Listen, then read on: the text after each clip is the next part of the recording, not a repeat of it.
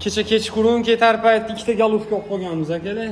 Cobaltmi, Gentrami xabarim yo'q, lekin ikkalasi ham Cobalt Nexia Gentrga tushadi, Gentrga deb. Sharxondan kelgan galovkani qaranglar akalar. Odiljon usta Sharxondan olib kelgan.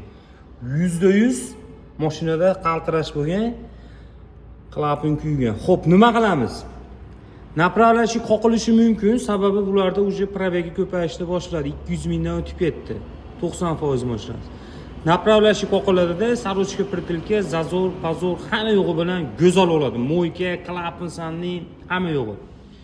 Paytadan Farhodbek degan ustamiz. Endi bunda klapan hozir 100% kuymagan, menimcha noldan motor, avtorasvodga ochgan.